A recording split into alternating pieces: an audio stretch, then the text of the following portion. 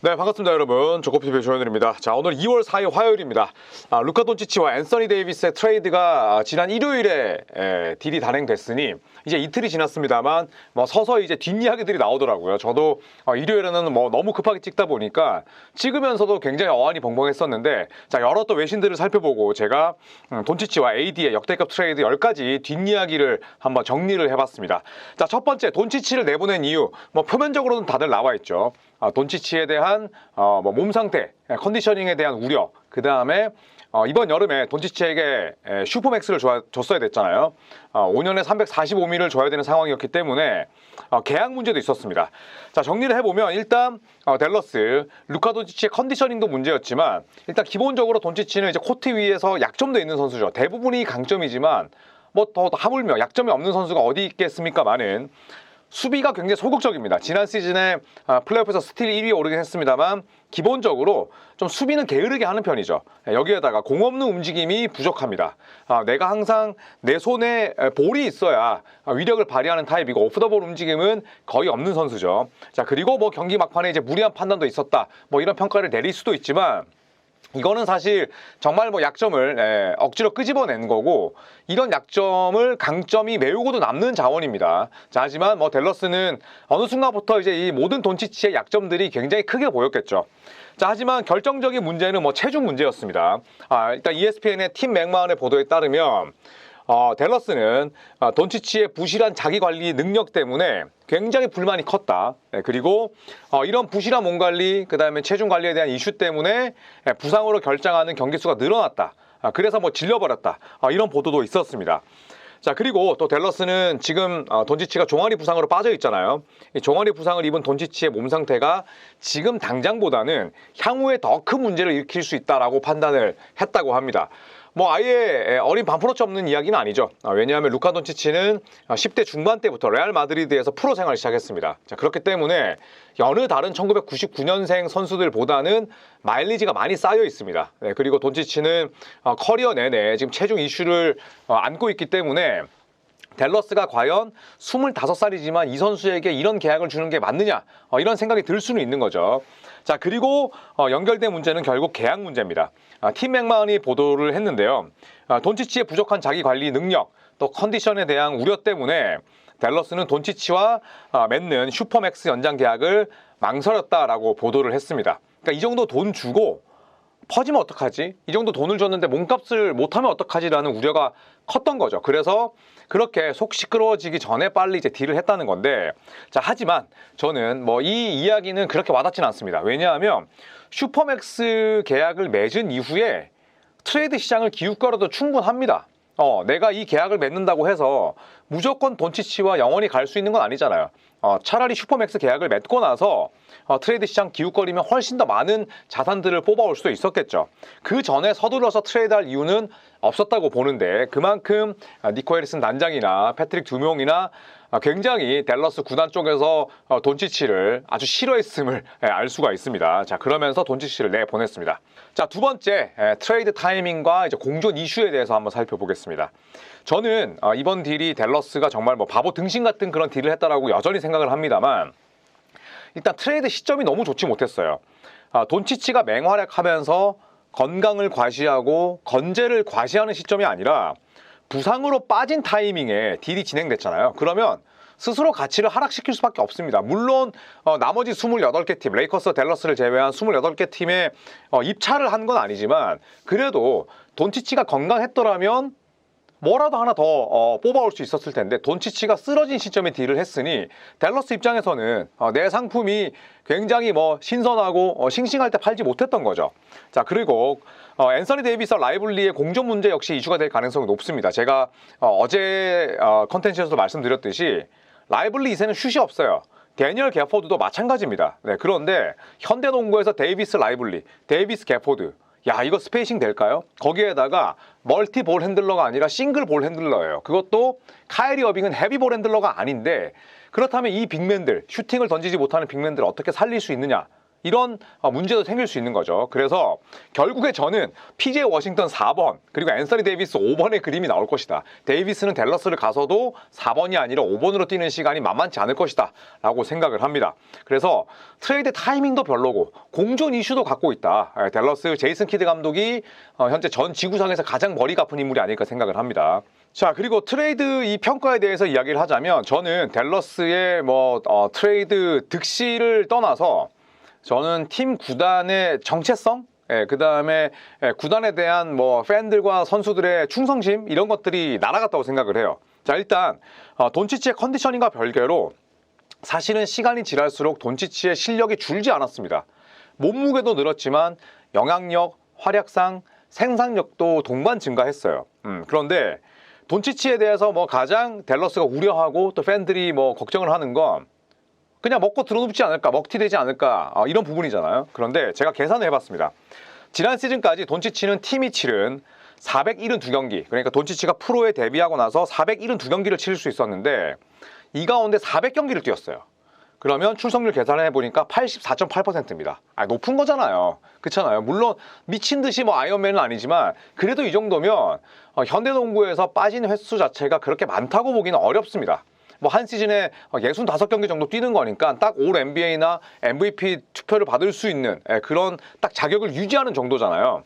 그런데 저는 돈치치의 현재 과거보다는 미래를 더욱더 걱정하는 그 댈러스의 시선은 당연히 이해를 하지만 생각보다 돈치치가 부상 때문에 허송세월한 시간이 길지는 않다. 조엘 엠비드처럼 엄청나게 많은 경기를 빠진 선수와는 전혀 거리가 멉니다. 자, 그리고 트레이드는 어디까지나 구단 자유이지만 충분한 협상 없이 오직 앤서니 데이비스만 바라본 결정 자체도 좋지 않은데, 자, 문제는 저는 이번 트레이드의 득과 실, 그 다음에 향후에 댈러스의 우승 가능성을 떠나서 이번 트레이드가 장기적인 비전이나 재정 유연성, 그 다음에 우승 경쟁력을 떠나서 구단에 대한 충성심과 정체성을 완전히 날렸다고 생각을 해요. 덕 노비츠키의 동상에 뭐라고 돼 있나요? Loyalties never fade away잖아요. 그러니까 충성심은 절대 사라지지 않는다. 그런데 이 노비츠키의 동상에 새겨진 그 문구가 정말로 머쓱하게 됐습니다. 그러면서 결국에는 댈러스 팬들의 이탈도 일어나고 있고 또 향후에 많은 선수들이 FA 행선지로 댈러스를 택할까? 그리고 과연 선수들이 구단에 갖는 충성심은 어디까지가 정말 적정선일까? 이런 생각이 들 수밖에 없습니다. 무엇보다도 돈치치를 트레이드로 내보낸 그 결정이 팬들 사이에서는 엄청난 충격이고, 그 다음에 댈러스 매버릭스라는 이 팀을 사랑했던 팬들에게는 굉장히 큰 배신감이 될 수밖에 없다는 거죠. 구단 프런트 오피스가 이런 것까지 눈을 감고 귀를 닫으면 모르겠지만 저는 이 댈러스 팀에 대한 정체성, 21년 동안 한 팀에서 뛰었던 덕 노비츠키, 그리고 한 팀에서만 뛰면서 우승을 달성했던 그 위협, 그리고 덕 노비츠키가 정말 비가 오나 눈이 오나 21년 동안 댈러스라는 한 팀에서 뛰면서 쐈던 그 학다리 페이드웨이 점퍼를 동상으로 만들었던 그 댈러스는 이제 온데간데 없이 사라졌다는 거죠. 그 연속성을 팬들은 참 지니길 바랬을 텐데 우승하면 금상첨화고, 그런데 그런 기회가 아예 한 인물의 주도로 날아가다 보니까 참 댈러스 팬들이 느껴야 될 그런 공허함이 크지 않을까 생각을 합니다. 자, 그런데 이 트레이드 서막이 커피숍에서 이루어졌다고 해요. 찾아보니까 2025년 1월 7일 아침에 이 댈러스의 단장인 니코 해리슨이 라펠린카 레이커스 단장을 댈러스에 위치한 호텔 크레센트 코트 로비 커피숍으로 초대했다고 합니다. 자, 이는 니코 해리슨 단장이 펠린카 단장과 굉장히 좋은 관계를 유지했었거든요. 약 15년째 좋은 관계를 유지하고 있다고 하는데 트레이드 대화를 시작하기 위한 자리였다고 합니다. 그래서 라펠린카 단장은 당연히 농담도 심하게 하지 마, 장난까냐? 이런 반응이었다고 하죠. 네, 그런데 해리슨이 실제로 이제 트레이드를 위한 그런 자세한 디테일의 이야기를 하다 보니까 라펠린카 단장은 여기서부터 진지하게 생각을 한 거죠. 네, 그리고 한 달도 지나지 않아서 결국 NBA 역사상 가장 충격적인 트레이드를 단행했습니다. 이 과정에서 보안 유지가 잘 됐죠. 보안이 유지가 되지 않고 트레이드가 새어나가는 순간 사실 완전히 딜이 파토되고 개판되는 경우가 있을 수 있으니 니코 해리슨 단장과 라펠린카 단장은 보안 유지에 가장 신경을 썼고 결국에는 댈러스에 위치했던 그 커피숍에서 이야기를 한 지 한 달도 지나지 않아서 NBA 역사상 가장 충격적인 트레이드가 나왔습니다. 자, NBA도 충격을 받았고 NBA 팬들도 선수들도 모두 다 충격이었고요. 또 제가 KBL 중계를 갔을 때 KBL 선수들도 뭐 유기상 선수나 김선영 선수나 뭐 허일영 선수나 전부 다 충격을 받았습니다. 네, 그리고 AD와 르브론 제임스도 마찬가지였는데 일단 댈러스 팬들의 충격이 가장 크죠. 뭐 당사자를 떠나서.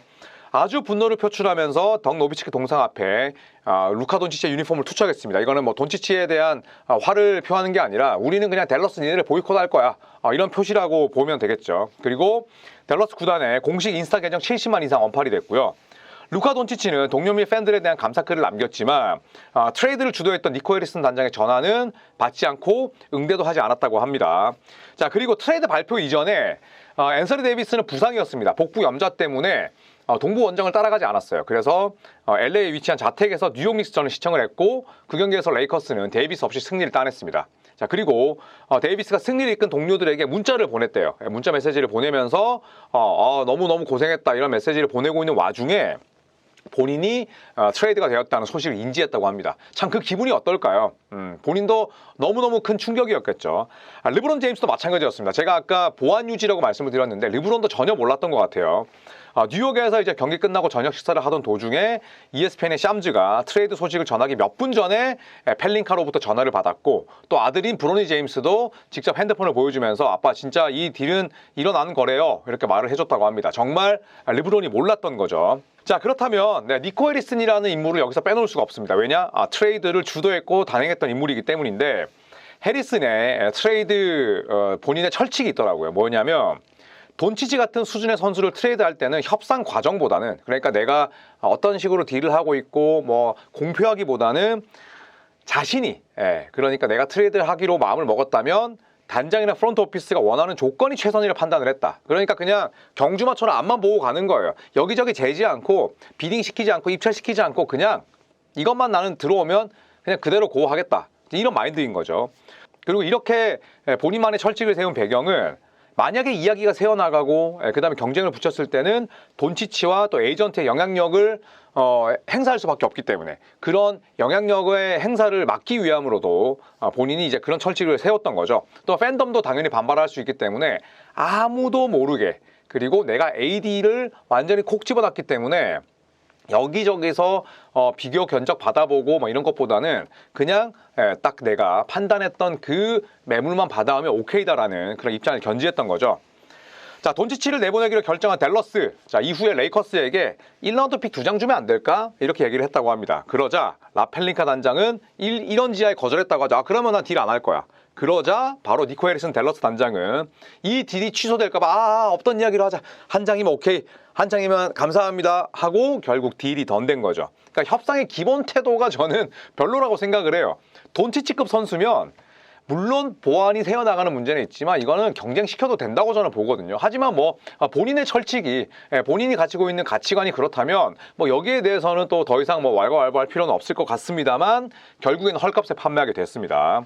자, 그래서 제가 계속 뭐 보완 했었는데 이 보완 유지는 아주 잘 됐습니다.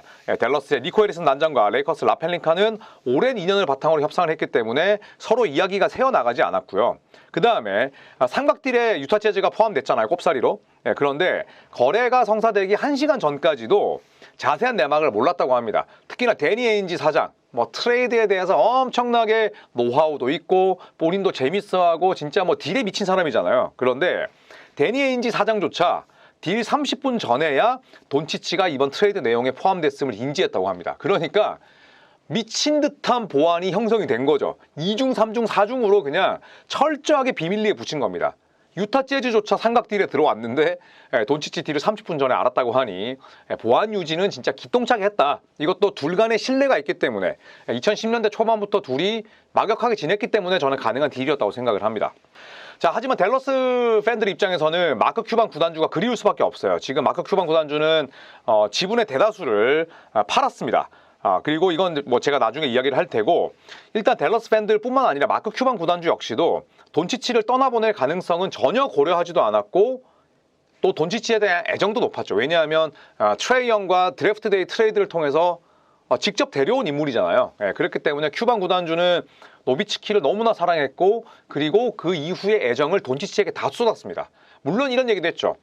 내가 살면서 본 사람 가운데 돈치치보다 많이 먹는 사람 못 봤어. 돈치치 미친 대식가야. 뭐 이런 얘기도 했었습니다만 엄청나게 애정이 있었습니다. 그리고 뭐 농담이긴 했지만 어떤 얘기를 했냐면 내 아내랑 돈치치 둘 중에 한 명 선택해야 된다고 한다면 아마 나는 내 변호사 사무실에서 이혼 준비하고 있을걸, 이렇게 농담할 정도로 진짜 돈치치를 예뻐했어요. 네, 하지만 현 시점에서는 아까 제가 지분을 많이 매각했다고 말씀드렸잖아요. 그러다 보니까 예전처럼 구단 의사결정에 참여하지 않습니다. 물론 큐반 구단주가 의사결정에 적극적으로 참여했었던 2010년대까지 큐반 구단주의 헛발질도 많았어요. 백차도 많았습니다. 에어볼도 많았어요. 하지만 이런 트레이드는 없었을 거라는 거죠. 자, 그러다 보니까 이번 트레이드도 몰랐다고 얘기를 했고요. 또 이 덕 노비츠키를 최고의 낭만파 선수로 이끌었잖아요. 우승 한 번 하고 나서 사실 댈러스 행보는 좋지 못했습니다. 하지만 선택을 리빌딩이나 혹은 뭐 노비츠키처럼 이제 늙어버린 선수를 내보내거나 매몰차게 트레이드하는 게 아니라 끝까지 노비츠키를 품었어요. 그 결과 노비츠키는 21년 동안 댈러스라는 한 팀에서 쭉 활약을 했고 또 한 번에 우승컵을 안기면서 정말 낭만적으로 진짜 로맨틱하게 댈러스에서 은퇴할 수 있었거든요. 하지만 이제는 과거 이야기가 됐습니다. 왜냐하면 큐반 구단주의 영향력이 줄었기 때문이죠. 자, 그렇다면 아홉 번째, 새로운 구단 프런트는 대체 누구이길래 이런 결정을 내렸을까 한번 살펴볼 필요가 있습니다. 자, 2013년 12월이죠. 네, 그러니까 지금으로부터 한 1년, 한 2개월 전입니다. 마크 큐반은 지분 대다수를 거물 카지노 업자인 아델슨 가문에 매각했습니다. 예, 그러면서 구단 운영에 대한 정권도 패트릭 두명에게 이관을 했어요.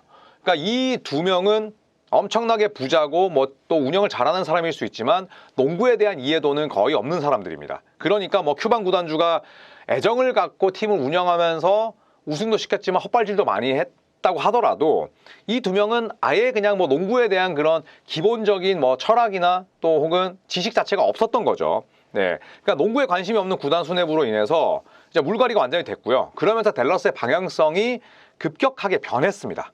네, 그리고 듀몽은 니코 해리슨의 이 선택에 굉장히 반색했어요. 그러면서 어떤 입장이냐면 일단은 돈치치가 간 건 아쉽지만 돈치치가 가면서 우리 댈러스 팀의 재정에 좀 숨통이 트이겠는데 라고 하면서 반색했다고 합니다. 그러니까 비슷한 생각을 가지고 있는 거죠. 구단주, 그 다음에 또 듀몽, 그 다음에 또 밑에 니코 해리슨, 똑같은 생각을 갖고 있다 보니까 일사천리로 진행이 된 거죠. 네, 그래서 저는 니코 해리슨이 독단적으로 했다고 생각하지 않아요. 패트릭 두몽도 좋아 샐러리 디자인 괜찮아지겠는데 진행해. 그 다음에 카지노에 뭐 거물 없자면 당연히 뭘 보겠습니까? 팬들의 낭만, 뭐 팬들의 열정 이런 것보다는 비즈니스적으로 대할 수밖에 없거든요. 그러다 보니까 일사천리로 딱딱 결제 도장 찍힌 거죠. 자, 그리고 니코 해리슨 단장은 저희가 뭐 따로 컨텐츠를 준비하고 있습니다만, 해리슨 단장은 이제 보도에 따르면 농구에 대한 이해도가 높은 댈러스 매버릭슨의 직원을 파악조차 못하고 있다고 합니다. 그러니까 이걸 사실 어떤 직원들이 어떤 노하우를 가지고 있고 어떤 장점을 가지고 있고 우리 구단을 위해서 어떤 일을 할 수 있는지를 먼저 파악을 해야 되는데 그런 것조차 없다고 하죠. 그리고 돈치치를 트레이드하면서 이제는 뭐 본인의 또 파워가 굉장히 커졌고 또 본인이 뭐 책임져야 될 부분도 많지만 일단 내부적으로는 몰라도 외부적으로는 굉장히 지금 댈러스의 구단 프런트들이 좋은 평가를 받지는 못하고 있습니다. 자, 마지막으로 제가 또 제목을 이렇게 달아봤습니다. 돼지는 맞는데 자이언류는 아니잖아. 이게 무슨 얘기냐면 살찐 건 맞죠. 돈치치도 뭐 저처럼 턱선이 없고 아랫배가 튀어나오고 출렁출렁하면서 뛰지만 그렇다고 해서 자이언이나 엠비드급 선수는 아니잖아요. 아까도 말씀드렸듯이 지난 시즌까지 출석률이 85%입니다. 100경기 뛰면 85경기 뛰는 거예요. 그 다음에 뭐 슬로베니아 국가대표팀도 뛰었지만 또 지난 시즌에는 파이널까지 뛰었고요. 어제 말씀드렸지만 파이널에서 맹활약했고 그 다음에 플레이오프 통틀어서 뭐 득점, 리바운드, 뭐 스틸, 출전 시간 전부 다 1위입니다. 그래, 내가 뭐 앞으로 어떻게 쓰러질지 몰라도 어쨌든 팀을 위해서 본인이 최소한의 할 일은 하고 팀이 원하는 그런 부분들을 분명히 다 소화하고 책임감 있게 저는 플레이했다고 생각합니다. 자기 관리를 떠나서. 자, 그리고 지난 시즌 성적은 33.9득점에 9.2리바운드, 9.8 어시스트였어요. 대단하지 않나요? 이런 기록을 내고 다음 시즌 도중에 트레이드 되는 그런 선수가 있을까요? 저는 향후 몇십 년 동안 없다고 단언합니다. 그리고 지난 시즌 MVP 3위였고요. 또 통산 28.7득점, 그러니까 정규 시즌 기준이죠. 마이클 조던, 윌트 체인벌린에 이어서 3위예요. 물론 나중에 말년이 되면 이 기록이 떨어질 수도 있지만 지금 돈치치가 NBA에서 7시즌 보내는 동안 마이클 조던과 윌트 체인벌린에 이어서 3위다? 엄청난 선수인 거죠. 그 다음에 지난 5시즌 내리 퍼스트 팀, 이것도 꾸준하게 경기를 뛰어야 되고 퍼포먼스도 좋아야 나올 수 있는 기록인데, 자, 이런 선수가 25살에 트레이드가 됐습니다. 앞으로도 많은 이야기가 나올 것 같긴 합니다. 하지만 지금까지 나온 것만으로도 뭐 댈러스가 트레이드한 이유도 조금은 설명이 되고, 그 다음에 돈치치가 또 얼마나 황당했을지, 그리고 구단의 수뇌부가 이렇게 농구에 관심 없는 인물로 바뀌었을 때 나올 수 있는 그런 충격적인 일이 또 얼마나 또 발생할 수 있는지를 잘 알 수가 있었습니다. 자, 이상 돈치치와 AD 역대급 트레이드 10가지 뒷이야기를 제가 한번 정리해봤습니다. 또 새로운 이야기 나오면 다시 한번 또 말씀을 드리도록 하겠고요. 저희 라이브 방송은 수요일과 목요일, 내일과 모레 진행을 할 겁니다. 네, 그래서 내일은 가볍게 이까심으로 하고, 목요일은 7시간짜리 논스톱 라방을 진행할 거니까요. 여러분들 많이들 들어오셔서 저와 함께 재미있는 트레이드 소식 함께 또 정리하시죠. 자, 여러분 덕분에 14만이 넘었습니다. 네, 그리고 또 여러분 덕분에 뭐 조회수도 굉장히 잘 나오고 있는데 깝치지 않고 열심히 하도록 하겠습니다. 고맙습니다.